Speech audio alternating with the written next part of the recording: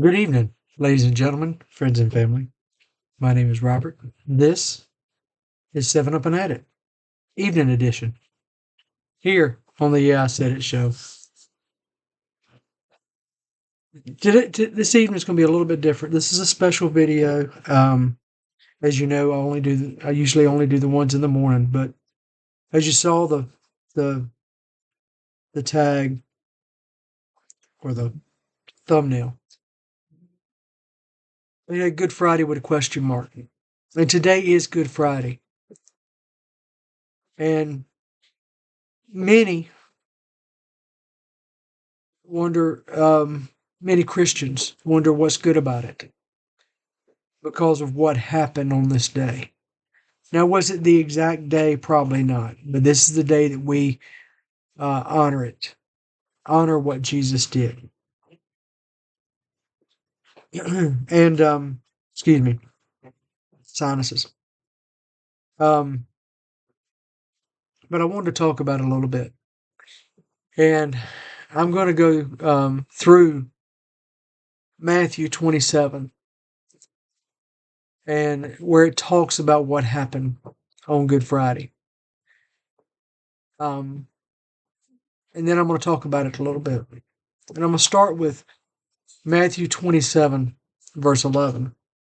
This is where Jesus is before the governor Pontius Pilate. And it says, Now Jesus was standing before Pilate, a Roman governor. Are you the king of the Jews? The governor asked him. Jesus replied, You have said it. But when the leading priests and the elders made their accusations against him, Jesus remained silent. Don't you hear all these charges they are bringing against you? Pilate demanded. But Jesus made no response to any of the charges, much to the governor's surprise. Now it was the governor's custom each year during the Passover celebration to release one prisoner to the crowd, anyone they wanted. This year, there was the notorious prisoner, a man named Barabbas. As the crowds gathered before Pilate's house that morning, he asked them, Which one do you want me to release to you, Barabbas or Jesus, who is called the Messiah? He knew very well that the religious leaders had arrested Jesus out of envy. But then, as Pilate was sitting on the judgment seat, his wife sent him this message: Leave that innocent man alone. I suffered through a terrible nightmare about him last night. Meanwhile, the leading priests and elders persuaded the crowd to ask for Barabbas to be released and for Jesus to be put to death. So the governor asked them again, Which of these two do you want me to release to you?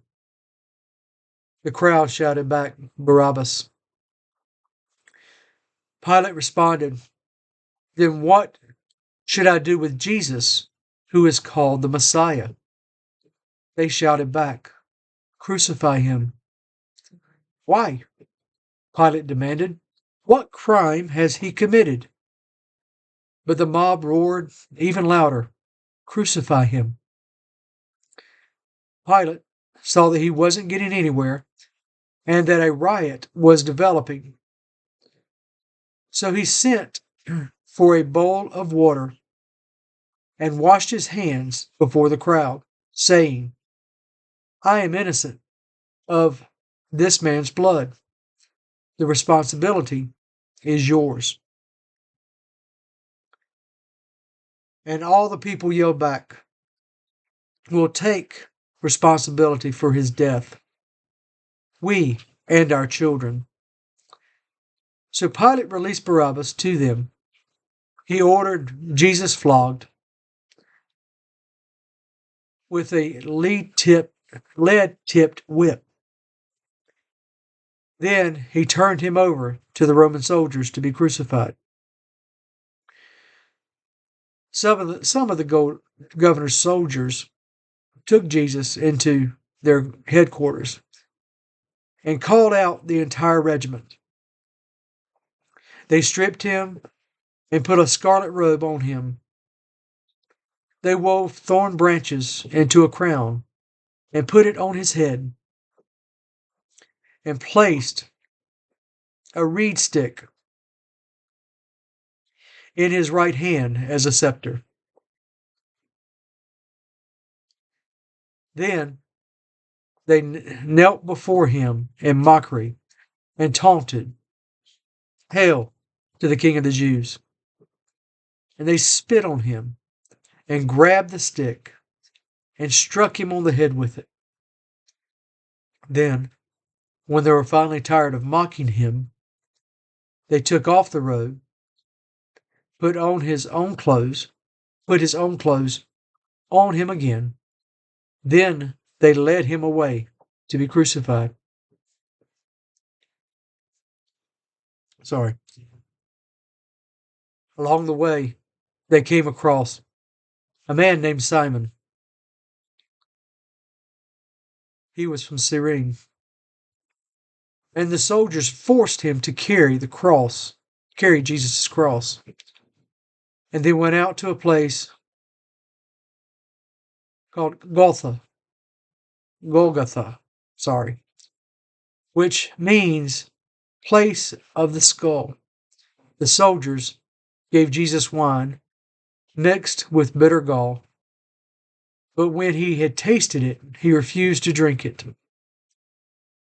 After they had nailed him to the cross, the soldiers gambled for his clothes by throwing dice. Then they sat around and kept guard as he hung there. A sign was fastened above his head announcing the charge against him. It read, "This is Jesus, the King of the Jews." Two revolutionaries were crucified with him, one on his right and one on his left. The people passing by shouted abuse, shaking their heads in mockery. "Look at you now," they yelled at him. "You said you were going to destroy the temple and rebuild it in 3 days. Well then, if you are the Son of God, save yourself and come down from the cross." The leading priests, the teachers of the religious law, the elders also mocked Jesus.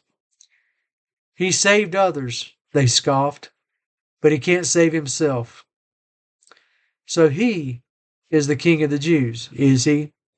Let him come down from the cross right now, and we will believe him." He trusted God, so let God rescue him now, if he wants him.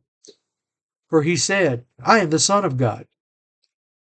Even the revolutionaries who were crucified with him ridiculed him in the same way. At noon, darkness fell across the whole land until 3 o'clock. And about 3 o'clock, Jesus called out in a loud voice, my God, why have you abandoned me?" Some of the bystanders misunderstood and thought he was calling for the prophet Elijah. One of them ran and filled a sponge of sour wine, holding it up to him on a reed stick so he could drink. But the rest said, "Wait, let's see whether Elijah comes to save him." And then Jesus shouted out again, and he released his spirit. At that moment, the curtain in the sanctuary temple was torn in two from top to bottom. The earth shook, rocks split apart, the tombs opened. The bodies of many godly men and women who had died were raised from the dead. They left the cemetery after Jesus' resurrection, went into the holy city of Jerusalem and appeared to many people. The Roman officer and other soldiers at the crucifixion were terrified by the earthquake and all that had happened. They said, "This man truly was the Son of God." And many women who had come from Galilee with Jesus to care for him were watching from a distance. Among them were Mary Magdalene, Mary, the mother of James and Joseph, and the mother of James and John, the sons of Zebedee. As evening approached, Joseph, a rich man from Arimathea, who had become a follower of Jesus, went to Pilate and asked for Jesus' body. And Pilate issued an order to release it to him. Joseph took the body and wrapped it in a long sheet of clean linen cloth. He placed it in his own new tomb, which had been carved out of the rock. Then he rolled a great stone across the entrance and left. Both Mary Magdalene and the other Mary were sitting across from the tomb and watching. The next day on the Sabbath, the leading priests and Pharisees went to Pilate. They told him, "Sir, we remember what that deceiver once said while he was still alive. After 3 days, I will rise from the dead. So we request that you seal the tomb until the 3rd day. This will prevent the disciples from coming and stealing the body, then telling everyone he was raised from the dead. If it happens, we'll be worse off than we were at first." Pilate replied, "Take guards and secure it the best you can." So they sealed the tomb and posted guards to protect it. Now, why is this called Good Friday? Well, we need to understand what good meant, what the true definition of good was during that time when it was translated. And what it means is holy. Holy Friday. We call it good because of what Jesus did on this day that we honor it. On this day, he took upon himself every sin, every transgression, every pain, every sickness, every infirmity.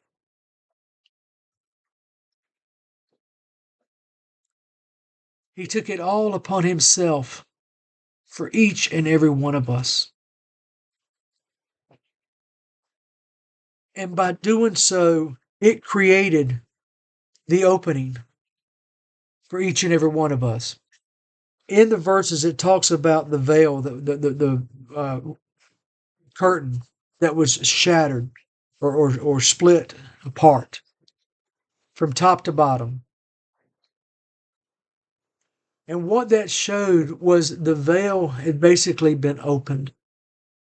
That by him doing what he did for each and every one of us, this allowed us the opportunity that we had never had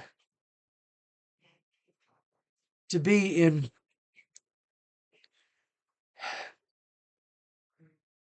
before God himself. To have that direct connection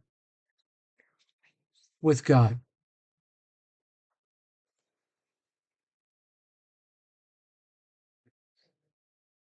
Now, I'm only talking about Good Friday today because that's what it is. I'm not talking about the other days to follow because I'll get to those on those days. But what I've read to you is an account of what happened, what Jesus endured for you and I. Now, it doesn't sound like it was very good for him, right?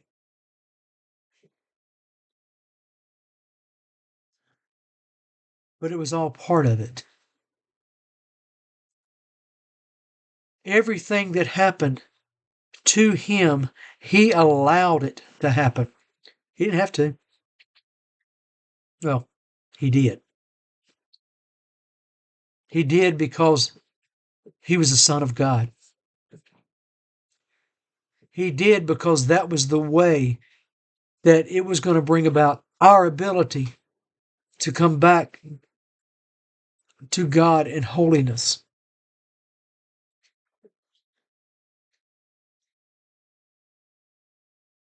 I'm reminded of The Passion of the Christ. I don't know if you ever watched it. But when you see just a glimpse of what Jesus went through,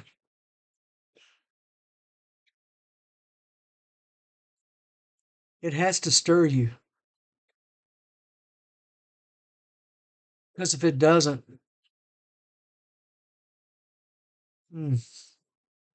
I don't even want to go there.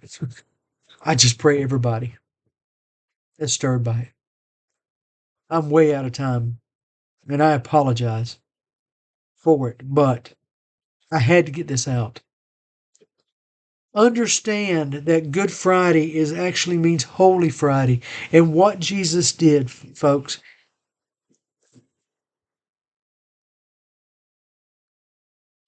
it can best be described as I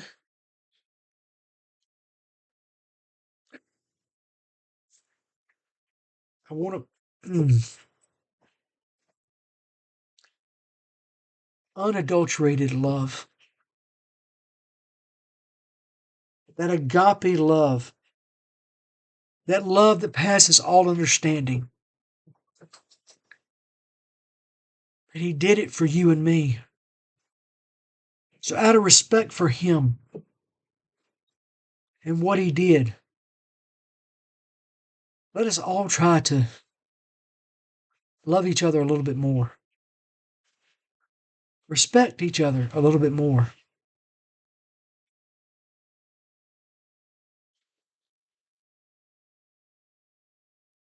I'll leave it there. Folks, remember, God has blessed you to be a blessing. So today, go out and bless somebody else, because that act is what truly helps change this world. As always, I thank you for watching. I'll see you on the next video. Look forward to talking with you then. God bless you all. Take care.